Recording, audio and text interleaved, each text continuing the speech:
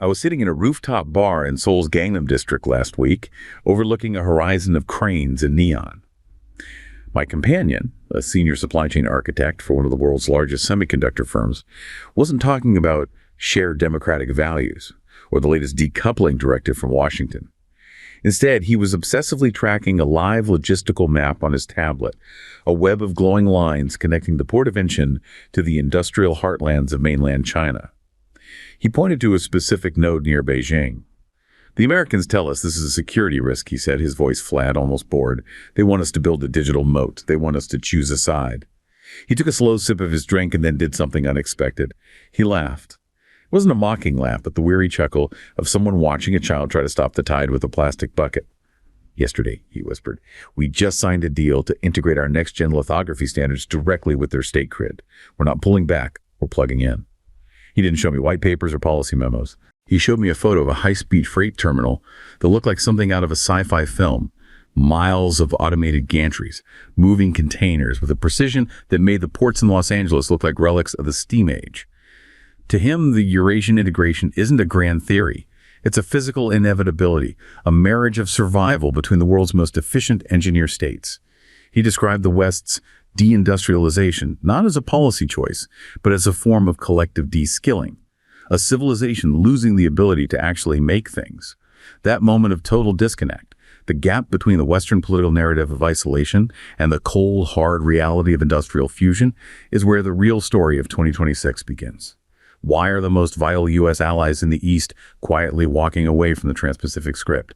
And what happens to a global order when the workshop of the world decides it no longer needs the financial center of the world to manage its affairs? We are witnessing the revenge of geography over ideology.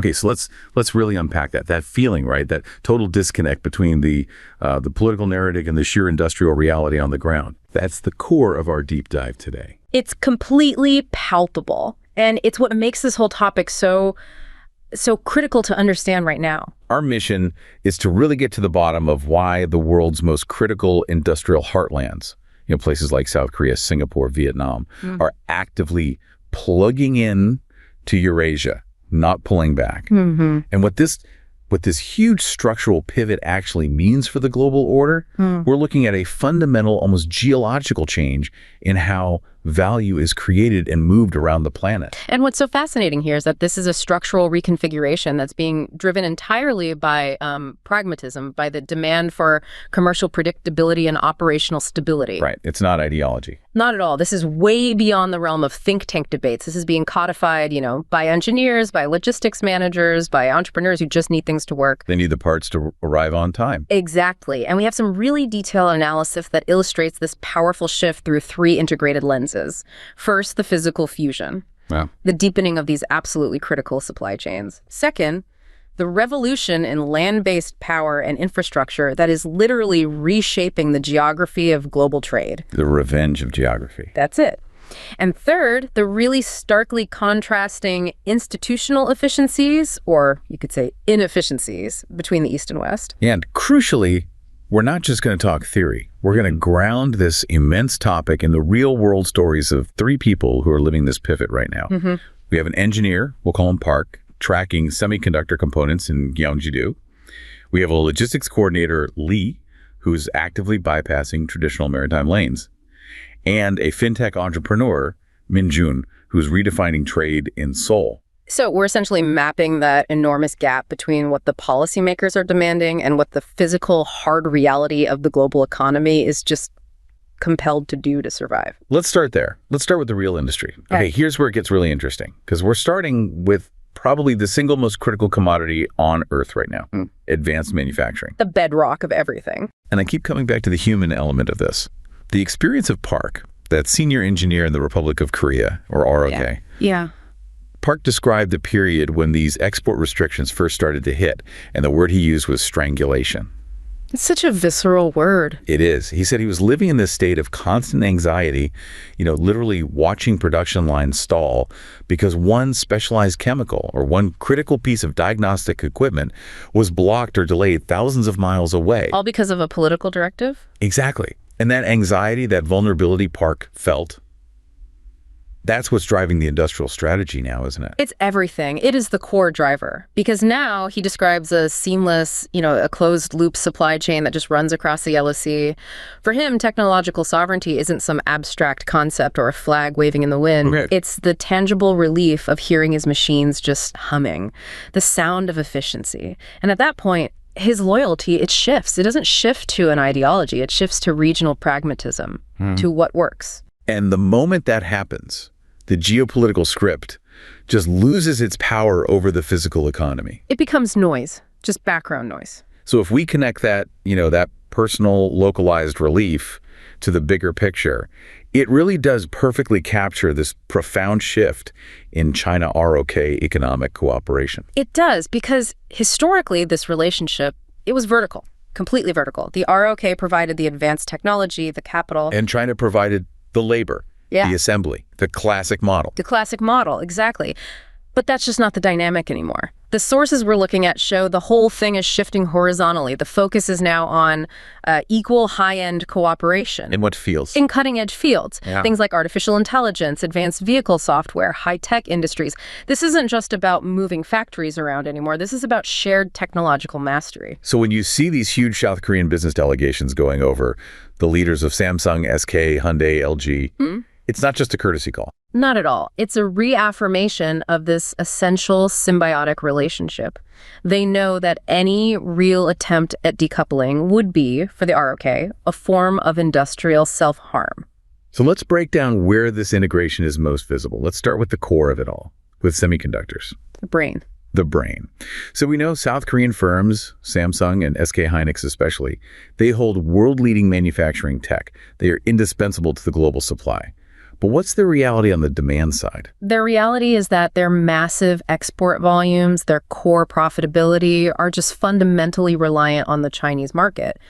But it's so much deeper than just sales. It's physical. What do you mean by physical? I mean, the sheer scale of production on the mainland. Take Samsung's plant in Xi'an. That one facility alone accounts for a staggering 40% of its entire global NAND flash production. 40%. 40%. So if that one facility is disrupted for any reason, the entire global memory market is thrown into chaos. It's not a node you can just reroute. And it's not just the final product, right? We're also seeing integration at the component and chemical level. Precisely. That's the next layer of embeddedness. SK Hynix's plant in Wuxi, for instance, has moved way beyond simple assembly. It has now fully adopted domestically produced hydrogen fluoride from Chinese suppliers. Okay, and for anyone who doesn't track this stuff obsessively, why is that specific chemical so important? Because it's a critical chemical precursor. It's essential for etching the chips. And for years, there was this huge vulnerability around its supply. So from their perspective, why would you risk this critical input being interdicted across the Pacific Ocean when you can source a high-quality, high-volume supply right there within the mainland? It's a profound geopolitical hedge. It's the most logical hedge in the world. For these firms, stability dictates where they source things, even for their most core inputs. Which means the cooperation model itself is constantly evolving. It has to. It's being driven by survival, not by sentiment. Yes. These moves are proactive. They are actively moving toward technical co-development. We see reports of Samsung upgrading its lithography and etching processes in its Xi'an facilities to handle more sophisticated next-generation chips. So they're not just maintaining the fabs, they're upgrading them. They're upgrading them. And SK Hynix is exploring deeper packaging and testing collaboration with Chinese firms. These strategies are a clear, practical hedge designed to allow ROK firms to mitigate the impact of any external technical controls. They're building a moat around their own value chain. A regional moat, exactly, using regional integration. And at the same time, for China, this cooperation helps them upgrade and fill key gaps in their own semiconductor supply chain. It fosters genuinely mutual benefits, not just a purely transactional exchange. Okay, so if semiconductors are the brain, then new energy and automotive growth has to be the muscle. Right. And China is, without any debate, the world's largest new energy vehicle, or NEV, market. It has a complete industrial chain from digging the raw materials out of the ground to the final assembly of the car. This presents that textbook example you hear about, the Chinese market plus South Korean technology model. It's the perfect case study. ROK firms like LG Energy Solution, SK On, They're global giants in battery supply. They consistently rank among the top installers in the world. They have the advanced cell chemistry, the battery management systems, the high-end tech. But the sources we're looking at highlight a kind of dual reality for these ROK giants. They have the tech, but they're facing immense competitive pressure and a huge dependency on the upstream supply chain. And that pressure is structural. It's not going away. Chinese companies absolutely dominate the upstream processing for critical minerals. We're talking lithium, cobalt, graphite, and they are the undisputed global leaders in the cost-effective production of lithium iron phosphate batteries, LFP batteries. Which are becoming more and more common. Exactly. This fundamental dominance in processing and low-cost production creates a deep structural reliance for the ROK battery manufacturers. If they want to remain competitive in what is the most rapidly growing automotive sector in the world, they have no choice but to deepen their cooperation. And what does that deep cooperation look like on the ground? Is it just building more factories? No, it's joint research and development that goes way beyond simple licensing deals. We're seeing Hyundai deepening its cooperation in intelligent driving systems because they recognize the speed of the technological advances happening inside the Chinese domestic auto software ecosystem. So they're tapping into that innovation. They have to. And LG is advancing joint R&D in crucial next-gen technologies like solid-state batteries with its Chinese partners. This model just accelerates global technological iteration at a speed that pure national strategies simply cannot replicate. It's technological pragmatism winning out over competitive tension. Every single time. Okay, this brings us to the core economic concept that underpins this entire section. Global value chain resilience and this idea of triangular trade. We hear constantly in Western capitals about decoupling and supply chain fracturing. But what does the hard macroeconomic data actually tell us? The macroeconomic shifts are, well, they're striking.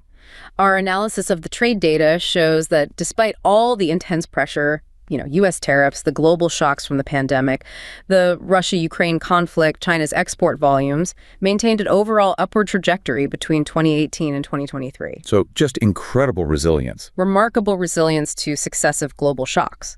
And you can contrast that with the volatility of import data in the U.S. over that same period. It suggests different trade patterns, sure, but also a structural inability to fully shift demand away from that Eurasian manufacturing core. So the political goal of stopping the exports didn't really work. It just forced them to take a different path. Exactly. And this introduces the key concept you really have to understand to see the full picture, the upstream shift. Okay, explain that. What is the upstream shift? China has fundamentally repositioned itself within the global value chain, the GVC. It's become functionally more upstream.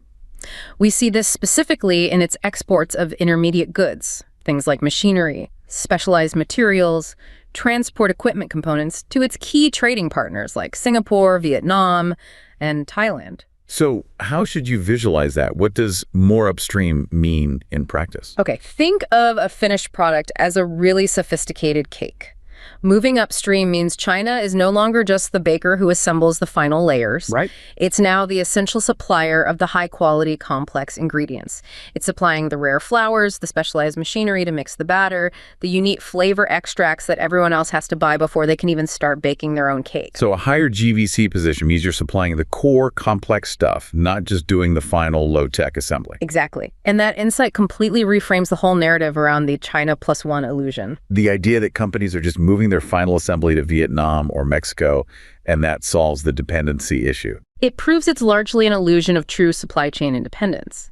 Yes, U.S. imports did shift towards these China plus one partners, but the trade structures of those so-called friendshoring hubs remain intimately structurally reliant on Chinese upstream supply chains. So there's a triangular relationship. A clear and growing triangular export relationship. China supplies the necessary intermediate goods to the plus one partners, who then perform the final assembly and export the finished goods to the United States.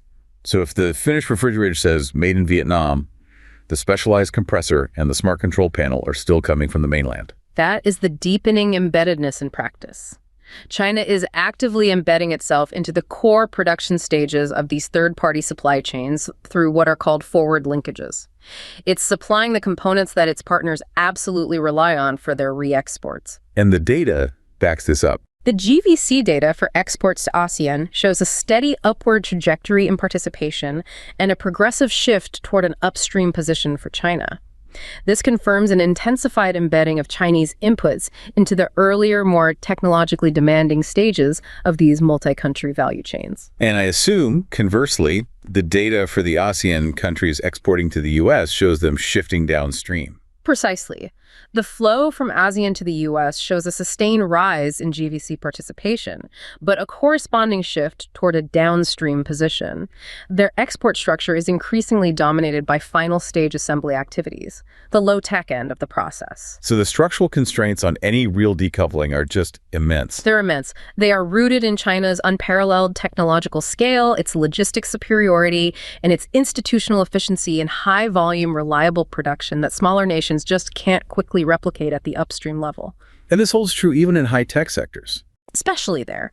If you look at something like electrical and optical equipment, the data shows China's exports to key manufacturing hubs like Singapore and Vietnam remain consistently and deeply upstream. That sustained upstream position is the structural lock-in? It is. China is positioned further back in the chain, essentially controlling the tap for the most essential, specialized components. And the structural reality makes all the Onhamsit decoupling feel less like a strategic realignment and more like, well, like running in circles, just adding friction and cost to the whole process. Hold on, though. The counterargument to this deep embedding is that it creates a massive future vulnerability, a single point of failure if there were a major geopolitical crisis in the region. What does the research say about the risk this creates for a country like South Korea? That's a critical point, and it's why this isn't about dependency, it's about regional autonomy.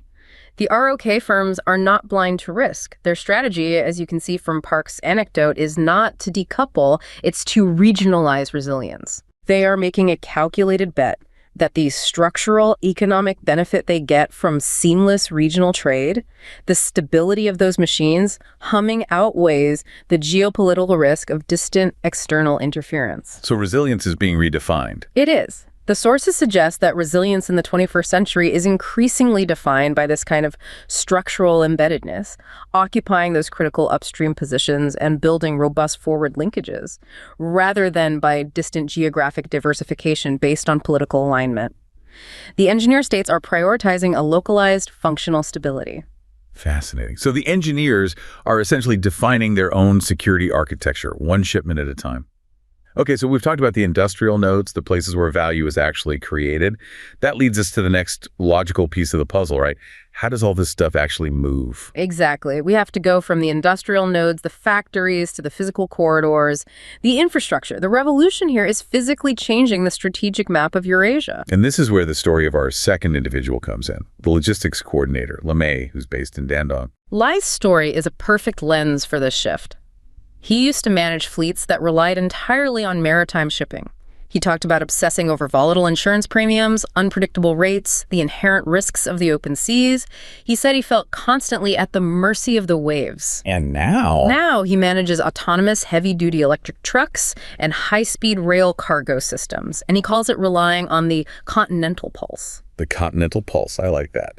And the most important part of his observation was that the sheer cost effectiveness, the speed and the predictability of this land-based revolution are making the old maritime security alliances feel, what was his phrase? Expensive and ornamental. Expensive and ornamental. That fundamentally challenges the entire post-World War II security architecture, doesn't it? It absolutely does. This is, in essence, a revival of Halford Mackinder's heartland theory, but not in a military sense. It's about logistical reality. Right, the theory that whoever controls the core of the Eurasian world island controls the world. Exactly. But in the modern context, that control isn't exercised through military force. It's exercised through high-speed rail arteries, through pipelines, and through fiber optic corridors. So the logistical mass created by this continental integration is fundamentally shifting the calculus of power. It is. This immense physical network creates a logistical gravity that renders traditional oceanic security, the costly maintenance of global maritime hegemony, increasingly brittle and strategically inefficient for outside powers. Lai sees that high-speed rail cargo as a bypass, a physical route that dramatically shrinks the strategic relevance of distant naval control. Let's delve into China's geoeconomic strategy here, the Silk Road Economic Belt, or SREB. Our sources are very clear that this is a land power strategy, but with a very unique purpose. Yes, the SREB is explicitly a geo-economic hedge against strategic pressure exerted by sea powers. But crucially, the sources emphasize that its core principle is not military confrontation or the exclusive control over strategic corridors. This is a subtle but absolutely vital distinction from historical approaches. So what is the primary objective, if not territorial control? The stated aim is to build communities of shared interests and destinies. The idea is to resolve conflicts by strengthening cooperation and bundling economic interests together so tightly that conflict becomes economically irrational for everyone involved. So if my economic survival is linked to your logistical health, we're not going to fight. That's the mindset. It prioritizes open, cooperative economic ties. It's a long-term goal of improving China's external environment by demonstrating the tangible benefits of deep connectivity. And the clearest physical manifestation of this strategy is the massive, ongoing investment in what you could call railroad diplomacy. It's absolutely vital to the whole project. We're talking about the existing China-Europe rail lines, which have seen just explosive growth in recent years, the planned Moscow-Beijing high-speed rail, and the broader Pan-Asian railway networks. And the sources emphasize that high-speed rail tech isn't just a faster train. It fundamentally changes the concept of space and time across the continent. It does. It compresses it. Think about the potential scale here. If the cross-continental high-speed railroad can be completed, you could theoretically move high-value, time-sensitive cargo or even travel yourself from Beijing to London in 3 or 4 days. A journey that takes weeks by sea. Weeks. This dramatically reduces the cost in transit time, making Eurasian economic integration an unavoidable physical reality that just undercuts the primary advantages of oceanic trade routes. To really appreciate how different the SRE is, you have to contrast it with historical land powers. Specifically, Russia with the Trans-Siberian Railway and Germany with the Baghdad Railway. Yes, those were monumental land projects. But the fundamental difference is in the objective and the philosophy behind them. Those historical land powers based their strategies on geopolitics. They were explicitly seeking military confrontation and exclusive control over access points. The Trans-Siberian was a military project first. Its primary original goal was military transporting troops to the Far East. And Germany's Baghdad Railway was highly valued for its military implications and potential conflicts against Britain and Russia. It was aimed at getting direct access to the Persian Gulf. And the sources point out that both of those historical powers ultimately failed in large part because they adopted a fatal dual strategy. Yes, that dual pursuit of both land power and sea power at the same time proved to be a critical strategic error. It fatally diverted crucial resources.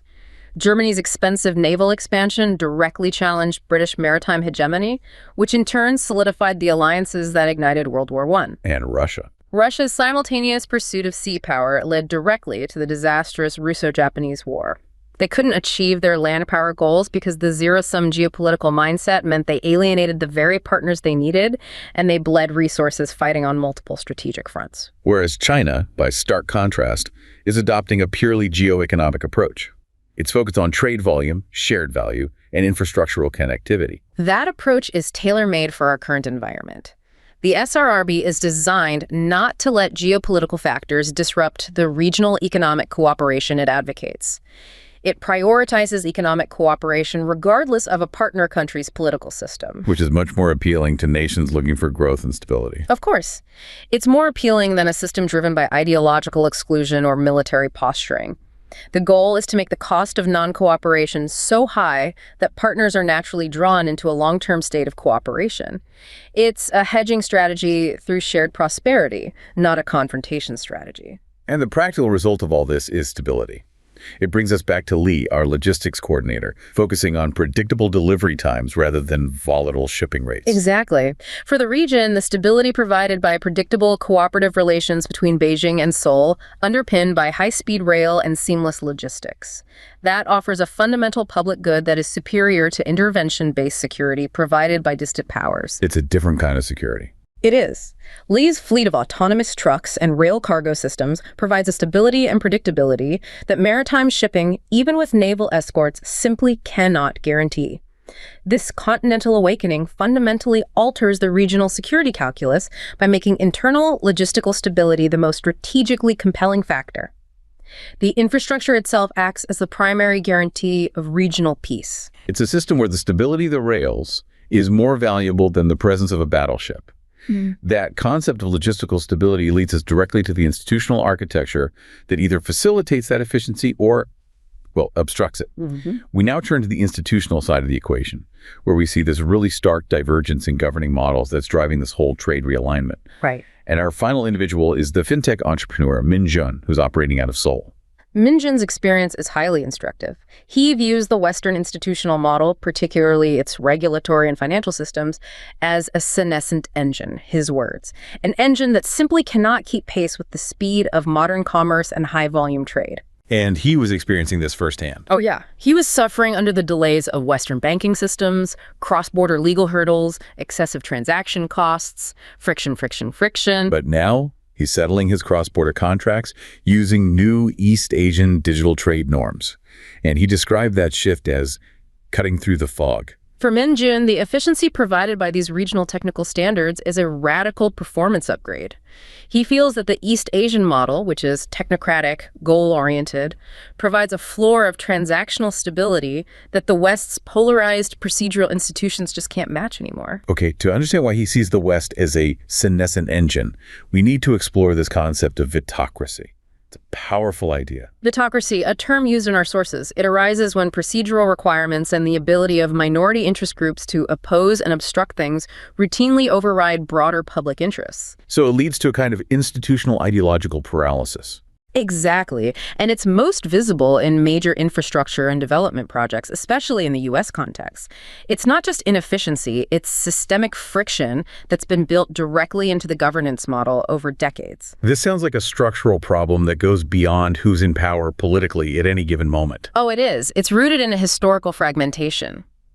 The analysis suggests the U.S. shifted sharply from the highly functional Hamiltonian model of the mid-20th century, which was capable of building massive, centralized public works, the interstate highway system, the TVA. Exactly.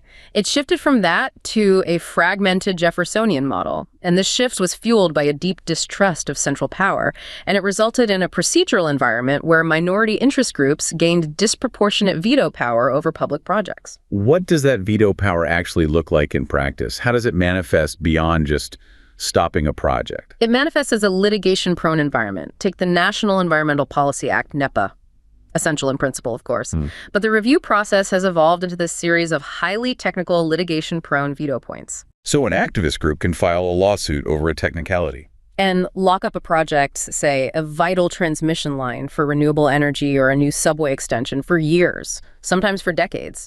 Furthermore, procurement practices often incentivize low bidding, which invariably leads to costly litigation and massive delays once the real unexpected costs of compliance and complexity actually emerge. So the system values the right to file a lawsuit more than the ability to build a bridge. That's the tragic outcome of vitocracy. As one political scientist we read noted, this process results in uncertainty, procedural complexity, redundancy, lack of finality, and high transaction costs.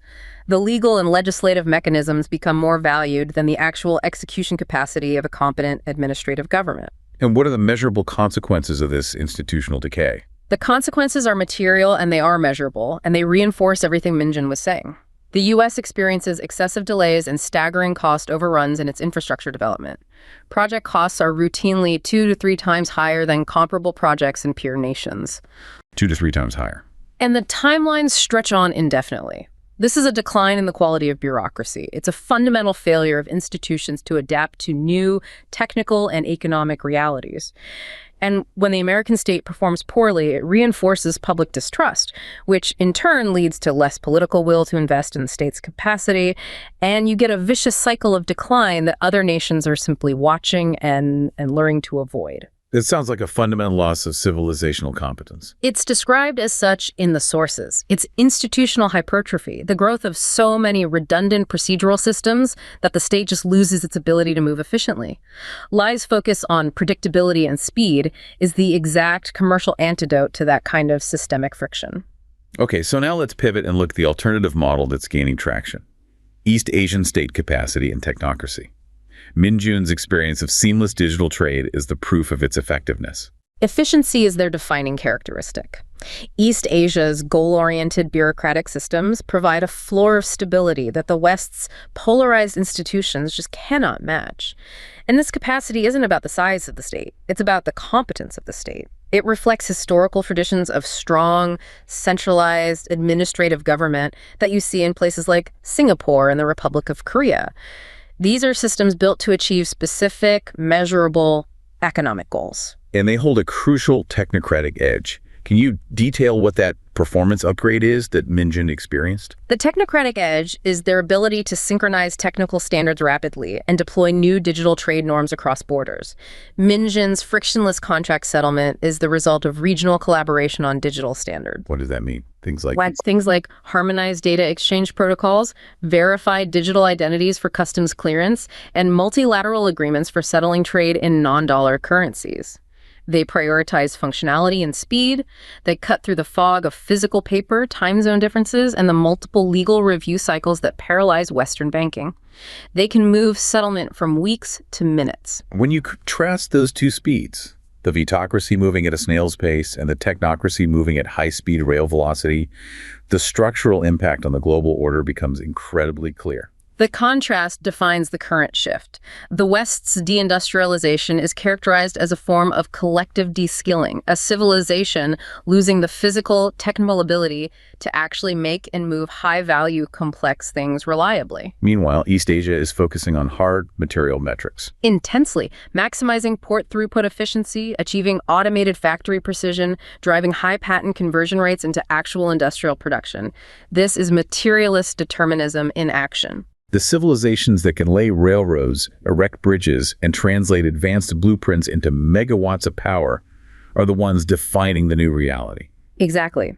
And this structural confidence is fueling a drive for strategic autonomy and post-dollar trade. The push for indigenous technical standards and the exploration of post-dollar trade mechanisms, often facilitated by central bank digital currency trials or currency swap lines, is the collective counterpunch of these engineer states. They're responding to a global financial system that they perceive as potentially parasitic and destabilizing. They are. The volatility of the U.S. financial system, combined with the perceived weaponization of the dollar through sanctions and asset freezes, makes functionality and efficiency paramount.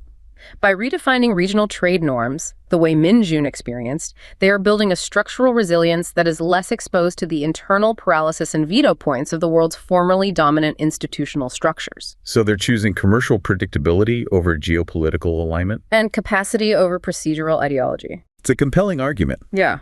If you want to be globally dominant, you have to be able to build things faster and more reliably than anyone else. And more importantly, you have to build systems that facilitate, not obstruct, the movement of goods and capital that are essential for your partner's survival. #outro. So what does this all mean when we synthesize these three core insights? The industrial fusion, the geographic destiny, and the institutional efficiency. The evidence really points to a fundamental and enduring structural constraint on any decoupling efforts. Yeah. Despite all the intense political rhetoric, despite the external pressures, Chinese value added is now just too deeply and functionally embedded upstream in these third-party supply chains. Right. It ensures that any effort to reduce dependence simply results in more complex, higher-cost triangular trade routes that remain central to the Eurasian manufacturing core. So we have seen that the new measure of power isn't just found in military might or, financial derivatives. It's in the efficiency of automated gantries, the speed of continental high-speed rail, and the reliability of synchronized technical standards across borders. Mm-hmm. The East is embracing a marriage of industrial and geographic necessity. It's replacing the old concept of intervention-based security with logistics-based structural stability. And the core lesson from this deep dive really is that resilience in the 21st century is being defined by that structural embeddedness, occupying critical upstream positions and building robust, technologically advanced forward linkages, rather than by just geographic diversification or political alignment. Yeah. The civilizations that can consistently lay railroads, erect bridges, and translate advanced blueprints into reliable megawatts of power are the ones positioned to draft the future, while others are caught in institutional paralysis, consumed by process rather than by progress. In this new geopolitical landscape, the primary source of global volatility is shifting away from external conflict and toward the internal paralysis of the world's formerly dominant institutional structures. The survival instinct of the East Asian engineer states has resulted in a materialist determinism, where capacity always trumps procedural ideology.